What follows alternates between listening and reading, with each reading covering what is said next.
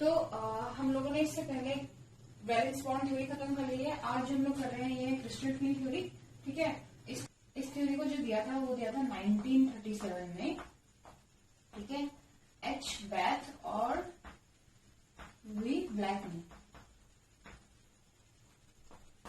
Black और बैथ को इस थ्योरी का पूरा क्या दिया जाता है, श्रेय दिया जाता है, आदरणीय बैथ और ब्लैक को। तो इस थ्योरी में क्या अलग है और किस तरह से वैलेंस बॉन्ड थ्योरी के ड्रॉबैक्स को क्लियर करती है, हम लोग वही देखेंगे। तो एक्चुअली ये सबसे ज्यादा सक्सेसफुल थ्योरी में से थी उस टाइम पे, क्योंकि वैलेंस बॉन्ड थ्योरी के ड्रॉबैक्स बहुत सारे थे। तो सबसे अच्छा जो इसका रिजल्ट रहा वो रहा बॉन्डिंग को समझाने में। ठीक है, बॉन्डिंग और प्रॉपर्टीज को समझाने में। ठीक है, जिसके टीएमसी के, ट्रांजिशन मेटल कॉम्प्लेक्स के।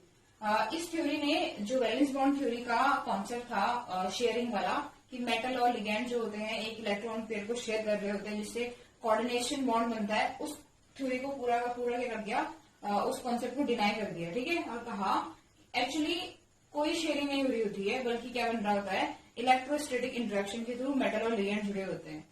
यहीं से थ्योरी स्टार्ट होती है। फील्ड थ्योरी को बैथ और ब्लैक ने दिया था। ठीक है, और ये थ्योरी जो होती है वैलेंस बॉन्ड थ्योरी के कॉन्सेप्ट को डिनाई करती है। वैलेंस बॉन्ड थ्योरी क्या था कि मेटल और लिगैंड होता है, उनके बीच में क्या होता है, शेयरिंग हो रही होती है इलेक्ट्रॉन पेयर की, जिसमें लिगैंड जो होता है अपना इलेक्ट्रॉन पेयर क्या कर रहा होता है, बॉन्डिंग में इन्वॉल्व कर रहा होता है। ये कॉन्सेप्ट था। यहाँ ये चीज नहीं चलती। क्रिस्टल फील्ड थ्योरी का जो मेन कॉन्सेप्ट है वो इस चीज पे बेसिस है कि हमारा जो मेटल होगा और जो लिगैंड होगा उनको हम ऐसा पॉइंट चार्ज सपोज करेंगे, जिसमें मेटल जो होगा उसको हम लोग पॉजिटिव या कैटायन पॉइंट चार्ज कहेंगे, लिगैंड जो होगा निगेटिव पॉइंट चार्ज होगा। जब ये दोनों क्या होता है, एक दूसरे के क्या होता है, नियर बाय आते हैं, तो इनमें इलेक्ट्रोस्टैटिक अट्रैक्शन स्टार्ट होता है, जिसके कारण क्या होता है, बॉन्डिंग होती है। ये चीज बोलता है क्रिस्टल फील्ड थ्योरी। तो लिगैंड की बात करते हैं तो लिगैंड क्या होता है, हमारे पास दो टाइप के होते हैं जनरली। कौन से, निगेटिव लिगैंड और दूसरे न्यूट्रल लिगैंड। तो निगेटिव लिगैंड जैसे अगर हमारे पास निगेटिव लिगैंड है like Cl minus, Br minus, Cn minus, इस तरह के लिगैंड है, तो इनमें पहले से इलेक्ट्रॉन की डेंसिटी बहुत हाई है, तो ये आराम से क्या होता है, एनाइन की तरह बिहेव करेंगे और मेटल की तरफ क्या होंगे, अट्रैक्ट होंगे। लेकिन जो न्यूट्रल लिगैंड होते हैं, neutral ligand like NH3, H2O, ठीक है, इस तरह के जो लिगैंड होते हैं वो क्या करते हैं, वो पोलराइजेशन के थ्रू क्या करते हैं, अपने आप को एनायन में कन्वर्ट करते हैं और मेटल की तरफ अट्रैक्ट होते हैं। जैसे ये मेटल है, मेटल पे पहले से पॉजिटिव चार्ज होगा, जैसे क्या होगा, कोई न्यूट्रल लिगैंड इसके नियर बाय आएगा, तो जो न्यूट्रल लिगैंड होते हैं उनके अंदर पोलर कैरेक्टर तो होता ही है, यानी डाइपोल होता है, यानी पॉजिटिव और निगेटिव चार्ज होगा, लेकिन क्या होगा, अरेंज नहीं होगा। जैसे ये पॉजिटिव चार्ज के नियर बाय आएंगे, इनका जो निगेटिव चार्ज है और पॉजिटिव चार्ज है वो इस तरह से अरेंज होता है कि निगेटिव चार्ज जो होता है किसकी साइड को आएगा, मेटल की साइड को। अब इनमें क्या होता है, इलेक्ट्रोस्टैटिक इंटरेक्शन डेवलप हो सकता है। ठीक है, तो इस तरह से मेटल जो होता है वो लिगैंड के साथ इलेक्ट्रोस्टैटिकली जुड़ा होता है। ये कहा क्रिस्टल फील्ड थ्योरी ने। ठीक है, ये इसका मेन बॉन्डिंग को समझाने का तरीका था। इसके बाद इसका जो मेन वो है एजेंडा, जिसको हम कहेंगे कि ये थ्योरी किस चीज पे बेस है, वो है क्रिस्टल फील्ड स्प्लिटिंग पे। क्रिस्टल फील्ड स्प्लिटिंग पे, और ये स्प्लिटिंग शो होती है किसकी है, डी ऑर्बिटल की। तो पहले हमें इसका रीजन देखना है कि एक्चुअली डी ऑर्बिटल में स्प्लिटिंग पॉसिबल होती कैसे है, कि डी ऑर्बिटल जो होता है वो स्प्लिटिंग शो करते क्यों है। तो हमने ये बात की थी कि जो मेटल है वो क्या होता है, एज एन कैटायन क्या करता है, एक्ट करता है पॉइंट चार्ज की तरह। जो लिगैंड होता है वो निगेटिव पॉइंट चार्ज की तरह बिहेव कर रहा है। ठीक है, तो अगर हम लोग इसको Q1 माने और इसको Q2 माने और इन दोनों के बीच के डिस्टेंस को R माने, तो यहाँ से जो बॉन्डिंग एनर्जी होती है, minus Q1 into Q2 upon किसके बराबर होती है, R की, फ्रॉम कूलम्ब्स लॉ। ठीक है, Q1 Q2 अपॉन क्या होता है, R के बराबर होती है, R स्क्वायर नहीं, R के बराबर होती है, ध्यान रखना है। ठीक है, तो बॉन्डिंग एनर्जी जो होगी वो क्या हो जाएगी, minus Q1 Q2 upon R। Minus जो होता है वो इनके ऑपोजिट डायरेक्शन को रिप्रेजेंट कर रहा है। Q1 Q2 क्या है, charge on metal and charge of ligand, और R के एंड के बीच का डिस्टेंस। तो यहाँ से बॉन्डिंग एनर्जी जो होती है वो किसी भी कॉम्प्लेक्स के निकाल सकते हैं। इवन जो नॉन ट्रांजिशन मेटल कॉम्प्लेक्स है उनके लिए भी ये जो आता है फॉर्मूला वो सही आता है। इसके बाद हम पढ़ते हैं कि एक्चुअली प्रॉब्लम क्या होती है इसमें, जो डी ऑर्बिटल का स्प्लिटिंग जो हम लोग पढ़ेंगे अभी, क्रिस्टल फील्ड स्प्लिटिंग, वो होती क्यों है। तो उसका रीजन क्या होता है, उसका रीजन होता है शेप ऑफ जो होता है डी ऑर्बिटल का जो शेप होता है वो दो टाइप का हमें देखने को मिलेगा। खैर हम लोग क्रिस्टल फील्ड स्प्लिटिंग में ही कंपेयर करेंगे। तो नेक्स्ट करते हैं क्रिस्टल फील्ड स्प्लिटिंग। हाँ, तो क्रिस्टल फील्ड थ्योरी में ये तो इसका मेन कॉन्सेप्ट हुआ कि ये क्या किस तरह से बॉन्डिंग को समझाता है, लेकिन जो मेन एजेंडा था क्रिस्टल फील्ड थ्योरी का वो था crystal field splitting. Crystal field splitting, और क्रिस्टल फील्ड स्प्लिटिंग होती किसकी है और क्यों होती है हमें ये देखना है पहले। तो हमें क्रिस्टल फील्ड स्प्लिटिंग देखने को मिलती है डी ऑर्बिटल की। मेटल के डी ऑर्बिटल जो होते हैं वो स्प्लिट करते हैं अकॉर्डिंग टू डिफरेंट ज्योमेट्रीज। ठीक है, ये डी ऑर्बिटल स्प्लिट करते क्यों है, तो ये हम लोगों ने 11वीं में भी देखा है कि डी ऑर्बिटल जो होते हैं वो अगर हम इनका ऑर्बिटल का ओरिएंटेशन देखें स्पेस में तो दो टाइप के हो सकते हैं। कौन से, एक जो क्या होता है along the coordinate axis, along the coordinate axis यानी एक्स वाई जेड। दूसरे क्या होता है बिटवीन द कोऑर्डिनेट एक्सिस। ठीक है, तो इसके अंदर जो आते हैं वो कौन सा आते हैं, D X square Y square, और दूसरा डी जेड स्क्वायर। और इसके अंदर कौन सा आते हैं D X Y, D Y Z और डी जेड एक्स। अगर हम इनका शेप देखें, अगर हमारा एक्स और वाई प्लेन है तो डी एक्स स्क्वायर कुछ ऐसा होता है, और डी जेड स्क्वायर अगर ये जेड हमारा एक्सिस है तो कुछ इस तरह का इसका शेप होता है। ये D X square Y square है, डी जेड स्क्वायर है। जबकि इसमें क्या होता है, क्योंकि बिटवीन द एक्सिस मिल रहे हैं, अगर तुम प्लेन लेते हो एक्स और वाई तो ये जो वाई एक्स वाई होगा, ऐसे अगर तुम वाई जेड प्लेन लेते हो तो ये वाई जेड बन जाएगा, डी वाई जेड, ऐसे जेड एक्स। तो हमें इनकी सिमेट्री अगर हम देखें तो हमें पता चलता है कि एक्चुअली दो टाइप की सिमेट्री शो कर रहे हैं। एक जिसमें क्या होता है जेड एक्सिस में, जबकि इसमें क्या हो रहा है बिटवीन द एक्सिस है, यानी इलेक्ट्रॉन की प्रोबेबिलिटी यहाँ कहाँ मिलेगी, एक्सिस के बीच में, और यहाँ अलोंग द एक्सिस मिलेगी। ये चीज तो ये डिवीजन डी ऑर्बिटल में एक्चुअली पहले से ही होता है, लेकिन अगर हम एक फ्री मेटल की बात करें, मेटल के एक्स टाइम पे फ्री है, उस पर किसी भी तरह का कोई इफेक्ट नहीं लगा हुआ है, उस केस में मेटल जो होता है वो अपने सारे डी ऑर्बिटल को सेम एनर्जी बना के रखता है, सेम एनर्जी पे क्या रखता है, बना के रखता है। जैसे ये डी ऑर्बिटल है हमारे 5, ठीक है, डी ऑर्बिटल कितने हमारे 5, पांचों की एनर्जी क्या है, सेम है, तो इनको बोलते हैं डिजेनरेट डी ऑर्बिटल, यानी इन सब की एनर्जी क्या है, सेम है। Degenerate mean same energy. अगर हमने कोई ऐसा कॉम्प्लेक्स लिया जिसके अंदर D1 कॉन्फिगरेशन है, D1 है तो होगा क्या, D1 है तो इसके अंदर एक इलेक्ट्रॉन है, तो हम लोग पहले बात करते हैं कॉम्प्लेक्स से पहले कि जब वो फ्री स्टेट में है, जैसे हमने कह दिया कि हमारे पास स्कैंडियम +2 है, तो D1 केस उसमें ये जो D1 इलेक्ट्रॉन होगा इसकी पॉसिबिलिटी क्या है, हम ये कहेंगे कि इसकी जो पॉसिबिलिटी है वो इस ऑर्बिटल में भी होने की बराबर है, इसमें भी, इसमें भी, इसमें भी, इसमें भी। यानी ये कहीं भी मतलब जंप कर सकता है, कहीं भी भाग सकता है, इस टाइम पे कहीं भी घूम सकता है, क्योंकि इनकी सबकी सेम एनर्जी है। तो यहाँ पे probability to finding an electron in this orbital वो क्या होगी, सब सारे ऑर्बिटल्स में इक्वल होगी, क्योंकि सेम एनर्जी है। लेकिन होता क्या है, डी ऑर्बिटल के आसपास जैसे ही लिगेंड आना स्टार्ट होते हैं वो अपना नेचर शो करने लग जाते हैं। जो उनके अंदर डिवीजन है, भेदभाव है किसका, ऑर्बिटल्स के ओरिएंटेशन का, अब वो शो होने लग जाता है। तो स्टार्टिंग में होती क्या है, एज एन हाइपोथेटिकल केस लेते हैं कि लिगेंड इसके आसपास आना स्टार्ट हो रहा है इस ऑर्बिटल के, तो होगा क्या, इसके अंदर पहले से इलेक्ट्रॉन है, यानी इसका खुद का निगेटिव चार्ज है। जैसे लिगेंड इसके आसपास आएगा, तो जब लिगेंड क्या होता है, बहुत दूर होता है और वहां से आना स्टार्ट होता है पास में, तो स्टार्टिंग में उस पर यूनिफॉर्म फील्ड लगाता है। यूनिफॉर्म मतलब क्योंकि लिगेंड्स का भी क्या होता है, अपना एक अरेंजमेंट होता है मेटल के चारों ओर। ठीक है, ये हम लोगों ने वार्नर की थ्योरी में भी देखा था। वार्नर की थ्योरी में भी हमें एक चीज कहा गया था कि जो सेकेंडरी वैलेंसी होती है, जिसको वीवीटी में हमने लिगेंड कहा, उसका क्या होता है, स्पेसिफिक अरेंजमेंट होता है। मतलब ऐसे नहीं कि वो कहीं से भी आ रहे हैं, कहीं भी चल रहे हैं, नहीं, उनका एक स्पेसिफिक क्या होता है, अरेंजमेंट होता है मेटल की चारों ओर, जहां से वो क्या कर रहे होंगे, एंटर करेंगे मेटल की कांटेक्ट में आएंगे। ठीक है, तो इनका जो अरेंजमेंट होगा वो अलग अलग टाइप का हो सकता है। उसी अरेंजमेंट के हिसाब से वो क्या करते हैं, मेटल के ऑर्बिटल को, मेटल के डी ऑर्बिटल को इफेक्ट करेंगे। तो लिगैंड के पास इलेक्ट्रॉन डेंसिटी है, यानी निगेटिव फील्ड आ रहा है, और जो मेटल के डी ऑर्बिटल है उनके पास भी क्या है, इलेक्ट्रॉन्स है, तो रिपेल करेंगे, क्योंकि सेम चार्ज हो रहा है, निगेटिव निगेटिव वो क्या करेगा, रिपेल करेगा। और जब भी क्या होता है, रिपल्शन होता है, तो सिस्टम का क्या होता है, पोटेंशियल एनर्जी क्या होती है, इंक्रीज होती है। सेम वहां यहाँ पे भी यही होगा, लेकिन क्योंकि हम कह रहे हैं कि पहले स्टार्टिंग में यूनिफॉर्म फील्ड लग रहा है, तो सारे ऑर्बिटल्स की एनर्जी क्या होती है, अपलिफ्ट हो जाती है, बढ़ जाती है।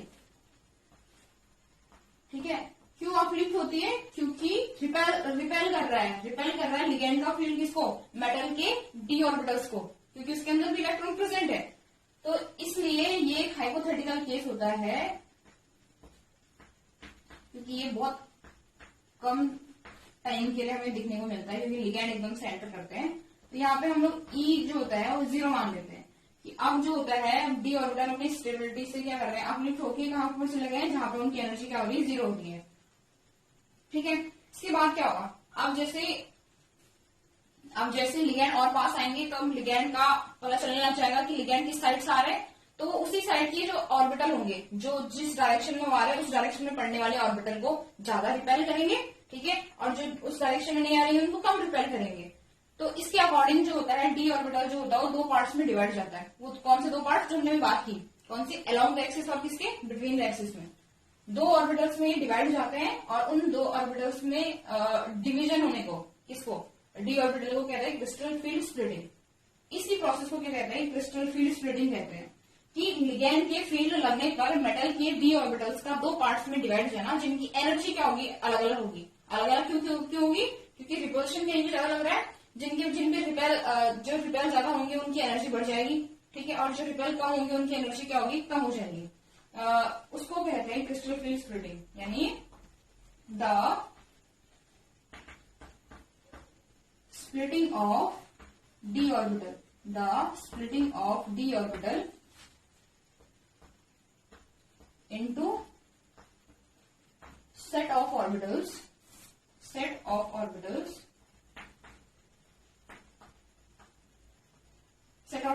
of different energy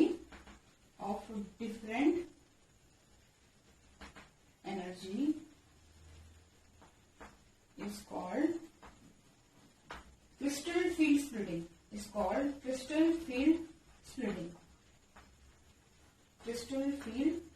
splitting. और जो ये स्प्लिटिंग होती है किसी भी कॉम्प्लेक्स की, वो क्या हो सकती है? अलग अलग हो सकती है। मतलब ऐसा नहीं है कि हम लोग कोई भी कॉम्प्लेक्स उठाए उसका क्रिस्टल फील्ड स्प्लिटिंग इक्वल आए, यानी एक्चुअली किस चीज पर डिपेंड कर रहा होता है? जो क्रिस्टल फील्ड स्प्लिटिंग होता है किसी भी कॉम्प्लेक्स का, वो डिपेंड करता है टाइप ऑफ लिगेंड पे, हमने कौन सा लिगेंड लिया है, या हम उसको कह सकते हैं ज्योमेट्री पे। ठीक है, और दूसरा करता है सीएन पे, सीएन यानी कोऑर्डिनेशन नंबर पे। कोऑर्डिनेशन नंबर क्या होता है? Number of ligands. जैसे हमारे पास टेट्राहेड्रल में 4 लिगेंड होते हैं, ऑक्टाहेड्रल में 6 लिगेंड होते हैं। तो ये उसके अकॉर्डिंग क्या करेगा? अपना क्रिस्टल फील्ड स्प्लिटिंग का जो मैग्नीट्यूड है वो चेंज कर सकता है। यानी हमारा जो मैग्नीट्यूड होता है क्रिस्टल फील्ड का, वो किस पे डिपेंड करता है? टाइप ऑफ लिगेंड पे, कौन सा लिगेंड है, और दूसरा किस पे? नंबर ऑफ लिगेंड्स पे। ठीक है, ये चीज क्लियर हुआ। जो देखने वाले हैं ये क्रिस्टल फील्ड स्प्लिटिंग किसके केस में? ऑक्टाहेड्रल कॉम्प्लेक्सेस के केस में। क्रिस्टल फील्ड स्प्लिटिंग इसके केस में ऑक्टाहेड्रल। तो इसके लिए सबसे पहले हमें ऑक्टाहेड्रल फील्ड को समझना इंपॉर्टेंट है, क्योंकि हमने कहा था कि लिगेंड का एक स्पेसिफिक अरेंजमेंट होता है। तो ऑक्टाहेड्रल के केस में क्या अलग से होता है इसको समझने के लिए, मेटल है इसे। ठीक है, ये मेटल है, ये मेटल है, और हमारे पास ऑक्टाहेड्रल केस में 6 लिगेंड होते हैं जो कुछ इस तरह से अरेंज होते हैं मेटल के चारों तरफ। ये पहला लिगेंड, दूसरा, तीसरा, चौथा, 5वां और 6वां, ये 6 लिगेंड है। ये ऑक्टाहेड्रल शेप है जो आपके सामने इस टाइम पे दिख रहा है। ठीक है,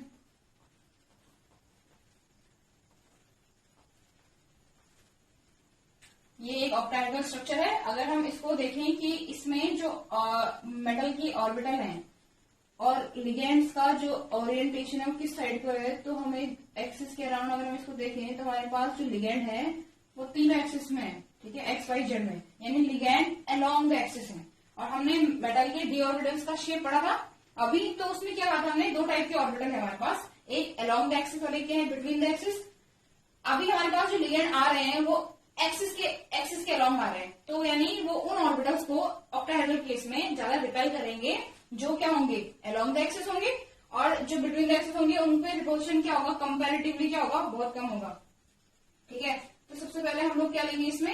ये हमारे पास 5 ऑर्बिटल्स हैं जो कि इस टाइम पे क्या है? ग्राउंड स्टेट में। जैसे हम इसको एनर्जी देंगे क्या होंगे? एक्साइट होंगे, और कहां जाएंगे? जहां पर उनकी एनर्जी क्या हो जाएगी? 0 equals to 0, that is condition यहाँ पे भी हाइपोथेटिकल केस होता है, क्योंकि लिगेंड जो होते हैं मेटल के इन्वायरमेंट में बहुत जल्दी एंटर करते हैं। स्टार्टिंग में हम ये कहते हैं कि लिगेंड जब आ रहे हैं, एक्चुअली मेटल को पता नहीं चलता वो किस डायरेक्शन से आ रहे हैं, इसलिए सारे ऑर्बिटल्स की एनर्जी क्या होती है, इंक्रीज कर जाती है रिपल्शन के कारण। मेटल के इलेक्ट्रॉन जो होते हैं, मेटल के इलेक्ट्रॉन उसके लिगेंड के इलेक्ट्रॉन के साथ क्या कर रहे होते हैं, सिस्टम की पोटेंशियल एनर्जी इंक्रीज, सिस्टम नहीं यहाँ पे कहेंगे ऑर्बिटल्स की पोटेंशियल एनर्जी इंक्रीज। ठीक है, इस एनर्जी इंक्रीज होने के कारण ऑर्बिटल जो होते हैं हाइपोथेटिकली क्या होते हैं, इंक्रीज करते हैं यहाँ पे। इस केस में जैसे ही आप लिगेंड का फील्ड जो होगा वो मेटल के इन्वायरमेंट में एंटर करेगा, यानी ऑर्बिटल के आसपास आ जाएगा। जैसे लिगेंड जो होंगे वो मेटल के इन्वायरमेंट में एंटर करेंगे, तो हमें पता है कि इस केस में ऑक्टाहेड्रल केस में जो लिगेंड है वो किसमें, अलोंग द एक्सिस है, यानी वो उन ऑर्बिटल को ज्यादा रिपेल करेंगे जो उनकी सेम डायरेक्शन में आएंगे, यानी अलोंग द एक्सिस होंगे। और वो कौन से होते हैं, दो, dx² और y²। ठीक है, तो वैसे ही जैसे ही क्या होता है, लिगेंड का फील्ड लगता है, ऑक्टाहेड्रल लिगेंड फील्ड इस पे लगना स्टार्ट होता है, ये जो होते हैं ये स्प्लिट कर जाते हैं। क्या कर जाते हैं, स्प्लिट कर जाते हैं। पहले कौन से, दो पार्ट्स में, जिनकी एनर्जी क्या होगी, इंक्रीज होगी, यानी जहां रिपल्शन ज्यादा लगेगा। और कौन से दो ऑर्बिटल होते हैं, dx² y² और dz²। ठीक है, अकॉर्डिंग टू ग्रुप सिमेट्री इसका नाम जो होता है वो क्या हो जाता है, ई नाम होता है इसका। ठीक है, ग्रुप सिमेट्री के अकॉर्डिंग, इन ऑर्बिटल की सिमेट्री के अकॉर्डिंग। अब क्या हो रहा है, सिस्टम की कॉम्प्लेक्स की एनर्जी जो हो रही है वो 0 थी और बढ़ गई, तो हमें क्या करना होता है, कंजर्वेशन लगाना होता है ऑफ एनर्जी। जितना एनर्जी इनका इंक्रीज होगा बाकी ऑर्बिटल का उतने डिक्रीज होना चाहिए, ताकि ओवरऑल क्या हो, एनर्जी क्या रहे, 0 के इक्वल रहे। बाकी जो 3 ऑर्बिटल हैं उनकी एनर्जी क्या होगी, उतनी अमाउंट में डिक्रीज होती है,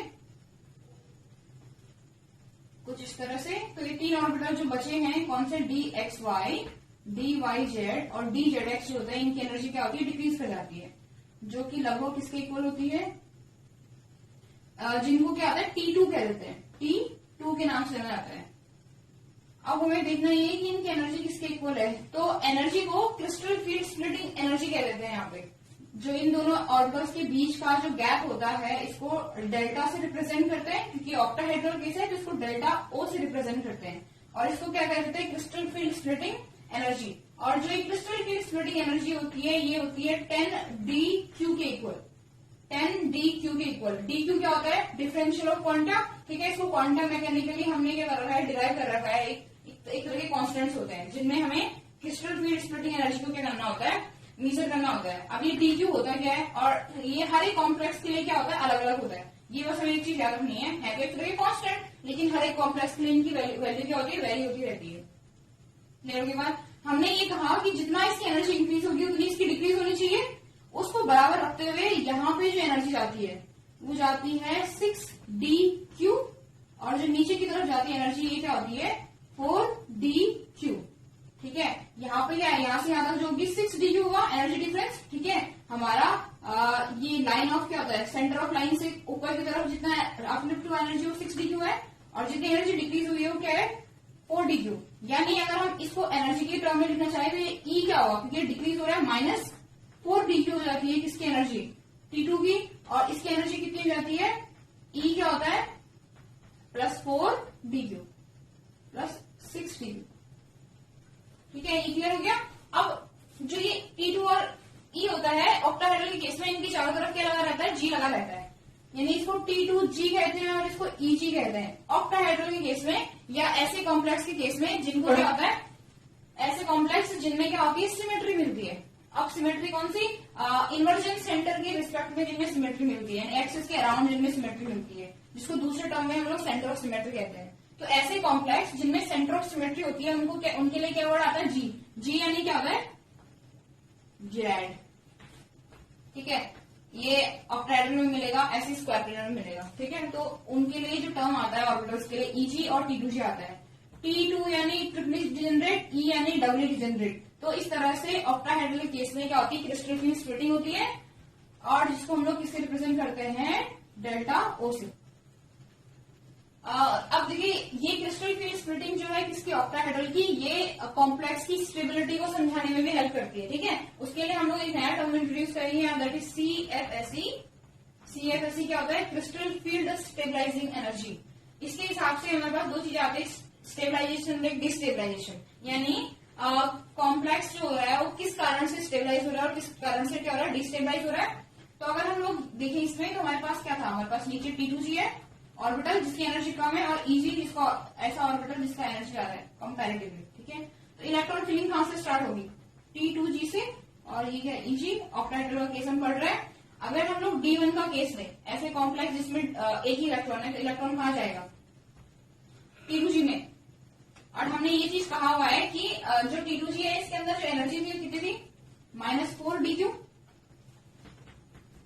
-4dq। तो पहला केस हम लोग D1 का पढ़ रहे हैं। D1 में एक इलेक्ट्रॉन जो जा रहा है वो T2G के अंदर जाएगा क्योंकि इसकी एनर्जी कम है, अकॉर्डिंग टू अबाउ पहला ऑर्बिटल वो फिल होगा, इसकी एनर्जी कम होगी। तो इसके लिए जो ओवरऑल एनर्जी हो जाएगी वो क्या हो जाएगी, केवल यही इलेक्ट्रॉन आ रहा है तो टोटल जो CF होगा इसके केस में वो कितना आएगा, -4dq। और ये चीज हमें पहले से क्लियर है कि जो स्टेबिलिटी होती है वो एनर्जी की क्या होता है, इनडायरेक्टली प्रोपोर्शनल होता है। जितनी कम एनर्जी उतनी ज्यादा स्टेबिलिटी किसी भी कॉम्प्लेक्स की, यानी जितना ऑर्बिटल माइनस में जाएगा, जितना एनर्जी माइनस में जाएगी, हमारे पास कॉम्प्लेक्स क्या होता है, ज्यादा स्टेबल होगा।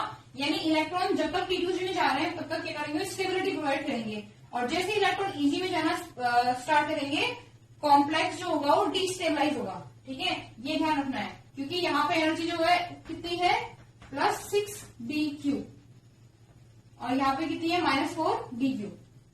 क्लियर होगा। वैसे अगर D2 है तो उसमें जो CF जाएगी कितने जाएगी, -8dq। ऐसे जो D3 होगा उसमें कितनी जाएगी, -12dq। जो D4 का केस है यहाँ पे हमें कुछ नया देखने को मिलेगा। ऑक्टाहेड्रल में जो D4 का केस होता है उसमें दो पॉसिबिलिटी होती है। जब हमने 3 इलेक्ट्रॉन भर लिए हैं T2G में, तो जो चौथा इलेक्ट्रॉन है उसके पास दो पॉसिबिलिटी है, या तो वो E में जाए, Eg में, या वो क्या करे, T2G में ही रहे। यानी हमारे पास दो टाइप के अरेंजमेंट पॉसिबल होते हैं, किसके लिए, D4 के लिए। दो टाइप के कौन से, देखो फिल करो। पहले वाले में क्या कर रहे थे हम, T2G के अंदर 3 जाए और Eg के अंदर क्या चल जाए, एक इलेक्ट्रॉन चल जाए, D4 का केस, पहला अरेंजमेंट। दूसरा अरेंजमेंट हम ये कह रहे हैं कि पेयरिंग हो जाए, यानी T2G4 और Eg क्या मिले, 0 मिले। अगर हम इसको स्टेबलाइजेशन के अकॉर्डिंग देखें कि कौन सा कॉम्प्लेक्स, ये दो टाइप के कॉम्प्लेक्स बने हमने मान लिया, हम बोलेंगे कि इनमें से कौन सा कॉम्प्लेक्स ज्यादा स्टेबल है, तो कौन सा होगा, क्योंकि जब इलेक्ट्रॉन T2G में जाता है तो वो क्या होता है, ज्यादा स्टेबिलिटी प्रोवाइड करता है किसको, कॉम्प्लेक्स को, कंपैरेटिवली किसके, Eg के। तो ये ज्यादा स्टेबल होगा, ये तो हमें दिख रहा है। लेकिन इसके लिए भी क्या होते हैं, कुछ कॉन्सेप्ट होते हैं कि क्यों ऐसा होता है कि इसमें इलेक्ट्रॉन जाए, क्यों इसमें जाए। तो यहाँ से हम लोग एक नया टर्म इंट्रोड्यूस करेंगे इसको समझाने के लिए कि किस तरह से इन दोनों में से एक अरेंजमेंट क्या हो रहा है, कॉम्प्लेक्स चूज करेगा। उसको कहते हैं पेयरिंग एनर्जी। क्या कहते हैं, पेयरिंग एनर्जी। इन दो केस को समझने के लिए हम लोग को पेयरिंग एनर्जी समझना पड़ेगा। पेयरिंग एनर्जी होती क्या है, तो होता ये है कि जब एक ऑर्बिटल में पेयरिंग होना स्टार्ट होती है, जैसे हम इसकी बात कर रहे थे, जब चौथा इलेक्ट्रॉन आएगा अगर इसमें पेयरिंग होना स्टार्ट होती है, एक ही ऑर्बिटल के अंदर क्या करेंगे, 2 इलेक्ट्रॉन एंटर कर रहे हैं, तो इसके अंदर पहले से एक इलेक्ट्रॉन है जिसका अपना क्या होगा, निगेटिव चार्ज होगा। दूसरा इलेक्ट्रॉन जब आता है तो निगेटिव चार्ज उसको क्या करता है, रिपेल करता है। निगेटिव चार्ज उसको रिपेल करेंगे तो उसको आने नहीं देगा आसानी से। तो उसको ओवरकम करने के लिए, उस रिपल्शन को ओवरकम करने के लिए जितनी एनर्जी हमें क्या करनी पड़ती है, देनी पड़ती है, that is called pairing energy. यानी the energy required to overcome the repulsion in pairing of electron, it's called pairing energy। ठीक है, इसी को क्या कहते हैं, पेयरिंग एनर्जी कह देते हैं। क्लियर है बात।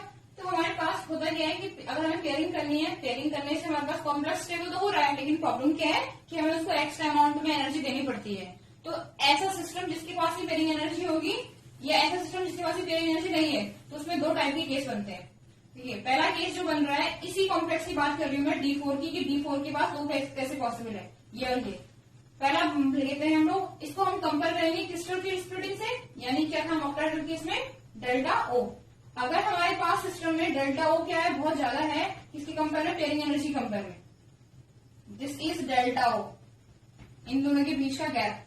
ठीक है, अगर डेल्टा O बहुत बड़ा है, ये गैप बहुत बड़ा है किसी कंपेयर में, पेयरिंग एनर्जी कंपेयर में, तो हम लोग सिस्टम को पेयरिंग एनर्जी देना पसंद करेंगे, या कॉम्प्लेक्स जो होगा अपने अपने कॉम्प्लेक्स को पेयरिंग एनर्जी प्रोवाइड करेगा इस एनर्जी को प्रोवाइड करने के बजाय। तो चौथा इलेक्ट्रॉन अगर उसको यहाँ जाना है तो उसको इस एनर्जी बैरियर को पार करना पड़ेगा।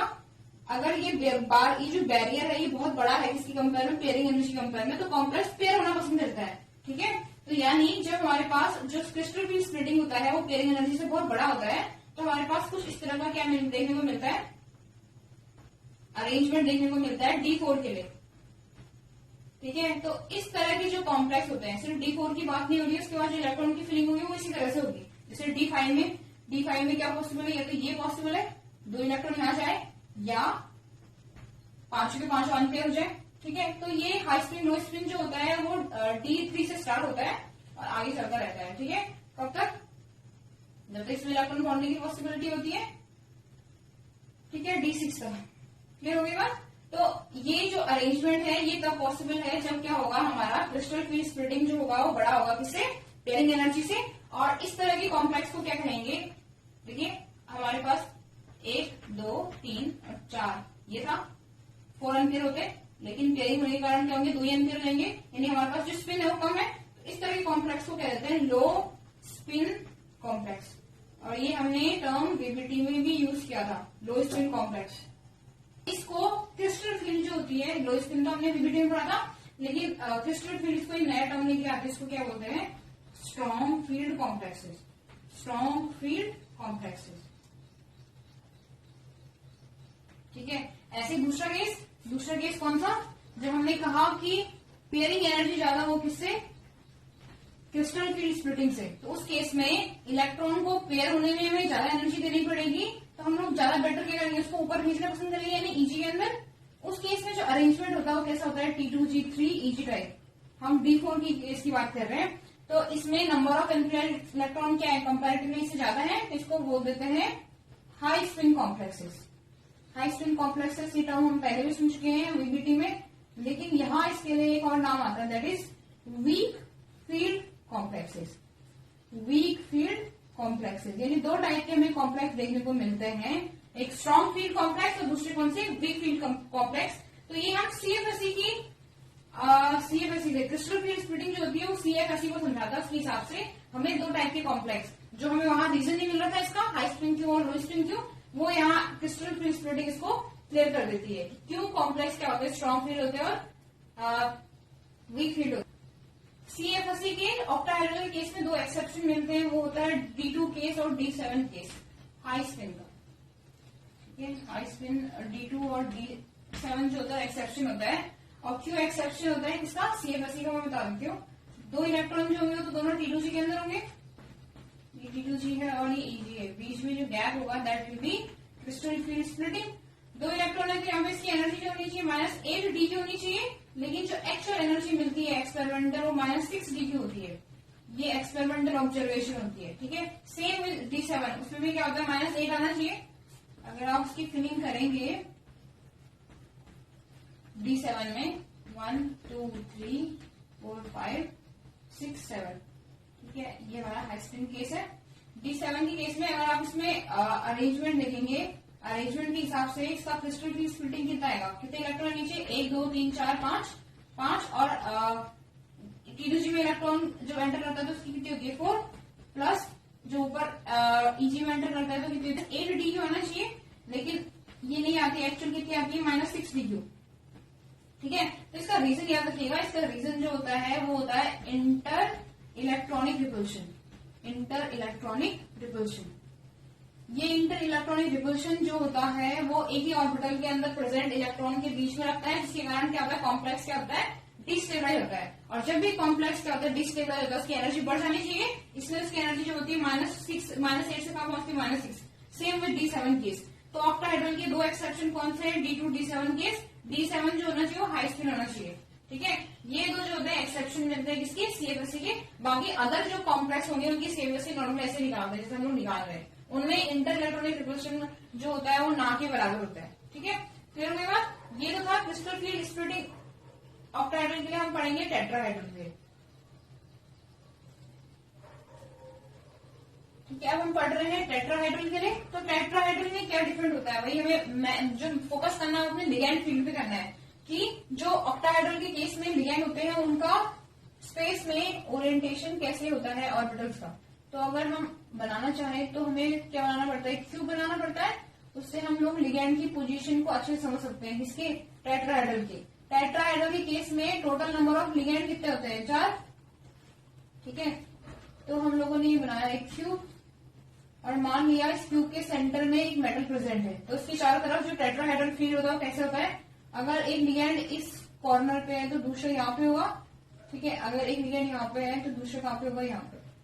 ये है हमारे पास लिगैंड, 4 लिगैंड जो मेटल से जुड़े हुए हैं कुछ इस तरह से। ठीक है, हमें इनका देखना है कि इनका डायरेक्शन कैसा है मेटल के अराउंड। तो अगर लिगैंड देखें तो अगर हम इनको एक्सिस बनाए तो ये एक्सिस है जेड, ये है वाई, इसको एक्स मान लेते हैं, इसको वाई मान लेते हैं और इसको क्या ले लेते हैं, जेड ले लेते हैं। ये 3 एक्सिस हमारे पास एक्स वाई जेड। और इस स्ट्रक्चर से हमें दिख रहा है कि जो लिगेंड आ रहे हो एक्चुअली एक्सिस के बीच में आ रहे हैं। ठीक है, एक्सिस के बीच में जो है वो लिगेंड है, यानी हमें लिगेंड्स का डायरेक्शन पता चल गया कि वो मेटल के अराउंड कैसे आते हैं, बिटवीन में क्या आते हैं, एक्सिस आते हैं। पर हमारे पास अगर हम लोग डी ऑर्बिटल को इनसे कंपेयर करें तो हमारे पास डी ऑर्बिटल ऐसे हैं जो बिटवीन द एक्सिस है। लेकिन प्रॉब्लम क्या होती है कि जो बिटवीन द एक्सिस होती है वो उसमें बहुत सारा स्पेस होता है। तो हम ये नहीं कह सकते हैं कि जो हमारे जो 3 ऑर्बिटल थे किसके, मेटल के डी ऑर्बिटल, उनका और इनका जो होगा वो डायरेक्शन क्या होगा, सेम होगा। बल्कि हम लोग ये कहते हैं कि none of the D orbital are exactly directed towards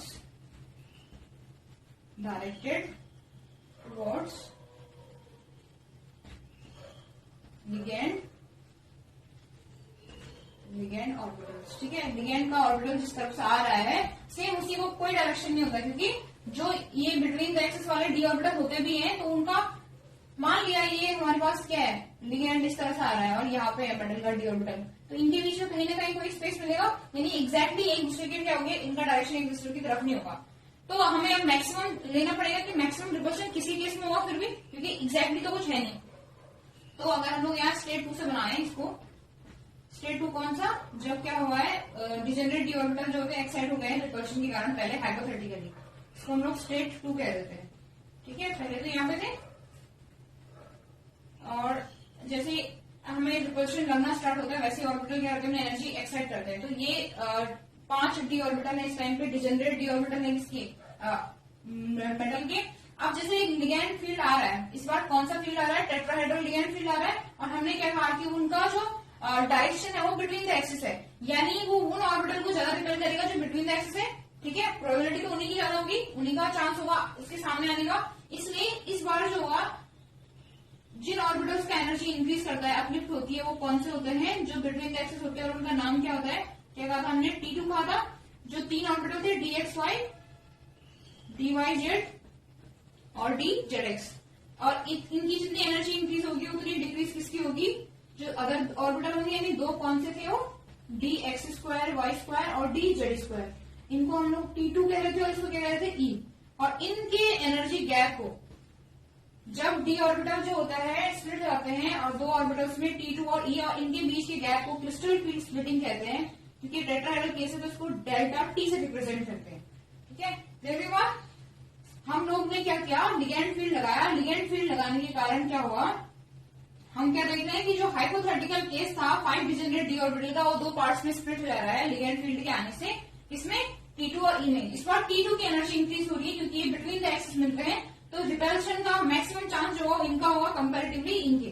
इसलिए जो एनर्जी, जो ऑर्बिटल अपलिफ्ट हो रहा है वो T2 है, और इनकी जो एनर्जी होती है वो कितनी होती है, सेम वही डेल्टा T। यहाँ भी क्या होता है, इसके इक्वल होता है 10 DQ के, 10 DQ के बराबर होता है। तो ये जो होगा ऊपर होगा, ये हो जाएगा यहां से यहां तक हो जाएगा 4 DQ, और यहां से यहां तक कितना हो जाएगा 6 DQ, यानी जो ऑर्बिटल है ये 6 DQ एनर्जी से डिक्रीज हो रहे हैं, जबकि जो T2 ऑर्बिटल है ये 4 DQ एनर्जी से इंक्रीज हो रहे हैं। अब यहाँ पे देखो वैल्यू, ये सेम वैल्यू हमने ऑक्टाहेड्रल केस में पढ़ी थी। तो क्या हम ये कह सकते हैं कि जो ऑक्टाहेड्रल का फील्ड है, जो ऑक्टाहेड्रल का क्रिस्टल फील्ड स्प्लिटिंग है और जो टेट्राहेड्रल का क्रिस्टल फील्ड स्प्लिटिंग है वो सेम है। तो एक्चुअली ऐसा नहीं होता है, क्यों, क्योंकि हमने क्या कहा था, जो DQ होता है ये कांस्टेंट तो होता है, लेकिन हर एक ज्योमेट्री के लिए क्या होता है, चेंज हो जाता है। तो उसके हिसाब से एक्चुअली जो क्रिस्टल फील्ड स्प्लिटिंग होता है ऑक्टाहेड्रल की वो बहुत ज्यादा होता है किसी कंपेयर में डेल्टा टी के कंपेयर में। और इसका रीजन क्या होता है, क्योंकि यहाँ नंबर ऑफ लिगेंड कितने होंगे 6, ज्यादा फील्ड लगाएंगे, यहाँ नंबर ऑफ लिगेंड कितने 4, कंपैरेटिवली इनका फील्ड इफेक्ट जो होता है वो कम होता है, इसलिए लिगेंड फील्ड इफेक्ट की बात हो रही है। तो जितना ज्यादा लिगेंड फील्ड इफेक्ट होता है उतना ज्यादा क्या करते हैं, स्प्लिट करते जाते हैं। ठीक है, तो ये था हमारा ऑक्टाहेड्रल केस में। तो इसमें भी हम लोग CFSE देखेंगे, क्रिस्टल फील्ड स्टेबलाइजिंग एनर्जी, और उसका इफेक्ट देखेंगे। ये CFSE किसके लिए, टेट्राहेड्रल के केस के लिए। तो टेट्राहेड्रल में जो स्प्लिटिंग हो रही थी उसका रिजल्ट जो ये था कि नीचे जो था E ऑर्बिटल था, that is Dabali degenerate orbital, और ऊपर जो है वो क्या होते हैं T2 ऑर्बिटल, जो कि क्या है ट्रिपली डिजेनरेट होते हैं। ठीक है, ये तो था, और इनके बीच के गैप को हम लोग क्या कह रहे थे, डेल्टा टी। तो इसमें अगर हम लोग CFSE देखना स्टार्ट करें स्टेबलाइजेशन, तो इसमें क्या होगा, जब तो इलेक्ट्रॉन इसके अंदर एंटर करेगा तो E की एनर्जी कितनी थी, E इक्वल्स टू क्या था -6 dQ, यानी स्टेबलाइजेशन प्रोवाइड करेंगे ये। और अगर इलेक्ट्रॉन यहाँ एंटर करता है तो यहाँ क्या है +4 dQ, यानी यहाँ जो इलेक्ट्रॉन्स होंगे उनका एंटर करना क्या करेगा, कॉम्प्लेक्स को डिस्टेबलाइज करेगा। ठीक है, तो इसमें ऐसे D1 केस D2 केस लेते हैं, दो केस पहले D1 की बात करते हैं। एक इलेक्ट्रॉन यहाँ एंटर किया, ठीक है, उसमें एनर्जी कितनी हो जाएगी टोटल कॉम्प्लेक्स की, क्योंकि इसी के अंदर एंटर कर रहा है, और एक इलेक्ट्रॉन की कितनी हो जाएगी 1 इंटू -6, यानी टोटल -6 dQ होती है। ऐसे इसकी क्या होगा -6 इंटू क्या जाएगा 2, यानी -12 dQ। जो D3 का केस है वही दो पॉसिबिलिटी है, उसमें पेयरिंग भी हो सकती है, और हो सकता है कि क्या हो, इलेक्ट्रॉन जो कहा जाए T2 के अंदर जाए, यानी ये केस पॉसिबल है 3 में, या ये केस पॉसिबल है। तो यहाँ हाई स्पिन और लो स्पिन का केस एक्चुअली मिलता ही नहीं है टेट्राहेड्रल के केस में। जो टेट्राहेड्रल कॉम्प्लेक्स होते हैं इनका जो डेल्टा टी होता है एक्चुअली वो क्या होता है, बहुत ही छोटा होता है किसके कंपेयर में, पेयरिंग एनर्जी कंपेयर में। ये मैक्सिमम केसेस में, मतलब 99% केसेस में हमें यही नहीं देखने को मिलेगा कि जो पेयरिंग एनर्जी होगी वो क्या होगी, ज्यादा होगी किसके कंपेयर में, डेल्टा टी के कंपेयर में। तो इलेक्ट्रॉन आराम से यहाँ जाना पसंद करेंगे, यानी यहाँ मोस्ट ऑफ द कॉम्प्लेक्स होंगे किसके, टेट्राहेड्रल के, वो कैसे मिलेंगे हमें, हाई स्पिन कॉम्प्लेक्सेस मिलते हैं। हाई स्पिन, या हम उसको क्या कह सकते हैं, या हम उनको कह सकते हैं वीक फील्ड कॉम्प्लेक्सेस, कहते हैं ये वीक फील्ड कॉम्प्लेक्सेस। और इसका रीजन क्या होता है, क्रिस्टल फील्ड स्प्लिटिंग, क्योंकि उसकी वैल्यू बहुत कम होती है डेल्टा टी के कंपेयर में, तो इसलिए हमें यहाँ पढ़ने की जरूरत नहीं है। तो जैसे ही तीसरा इलेक्ट्रॉन यहाँ जाएगा वो डिस्टेबलाइज कॉज करेगा, यानी अगर हम D3 के लिए CFSE निकालें तो कितना आएगा, पहले हम इन दोनों की बात करते हैं, क्या होगा 2 इंटू 6 प्लस कितना हो जाएगा, हर एक इलेक्ट्रॉन क्या प्रोवाइड कर रहा है +4 dQ एनर्जी क्या कर रहा है, से डिस्टेबलाइज कर रहा है, तो क्या जाएगा -12 + 4, यानी कितना आ जाएगा -8 dQ आ जाएगा। ठीक है, ये CFSE किसके लिए, D3 के लिए हो गया, क्रिस्टल फील्ड स्टेबलाइजिंग एनर्जी। तो ये ध्यान रखना हमें कि जो टेट्राहेड्रल केस होगा इसमें जो ज्यादा कॉम्प्लेक्स मिलेंगे हमें हाई स्पिन मिलेंगे, यानी वीक फील्ड कॉम्प्लेक्सेस मिलेंगे, यहाँ लो स्पिन या स्ट्रॉन्ग फील्ड का कोई केस नहीं मिलेगा। ठीक है, तो यहाँ पे भी CFSE के दो एक्सेप्शन होते हैं, उनको ध्यान से देख लीजिएगा। रीजन वही सेम होता है यहाँ भी, इंटर इलेक्ट्रॉनिक रिपल्शन, और कौन से होते हैं बस हमें वो याद रखना है। तो यहाँ जो दो केस होते हैं वो होता है D3 और D8, लो स्पिन हाई स्पिन का केस नहीं है, बस D3 और D8 याद रखा। D3 और D8 कैसे, जैसे ये हमारे पास ऑर्बिटल्स थे, अगर हम 3 इलेक्ट्रॉन फिल कर रहे हैं तो 1 2 और क्या आगे 3, अभी हमने निकाला था इसका जो एनर्जी आ रहा था -8 dQ आ रहा था, लेकिन इसका एक्चुअल जो होता है वो 6 dQ मिलता है। तो यहाँ भी क्या हो रहा है, जो एनर्जी थी वो इंक्रीज हो रही है, उसकी कॉम्प्लेक्स की -8 से -6 हो रही है, तो डिस्टेबलाइजेशन हो रहा है, और ये डिस्टेबलाइजेशन किसी कारण होता है, इंटर इलेक्ट्रॉनिक रिपल्शन के कारण क्या हो रहा है, डिस्टेबलाइजेशन हो रहा होता है। सेम विद D8, -8 आना चाहिए लेकिन दिखता है एक्सपेरिमेंटली -6 है, और इसका रीजन वही होता है क्या, इंटर इलेक्ट्रॉनिक रिपल्शन। तो ये केस था हमारे पास टेट्राहेड्रल का।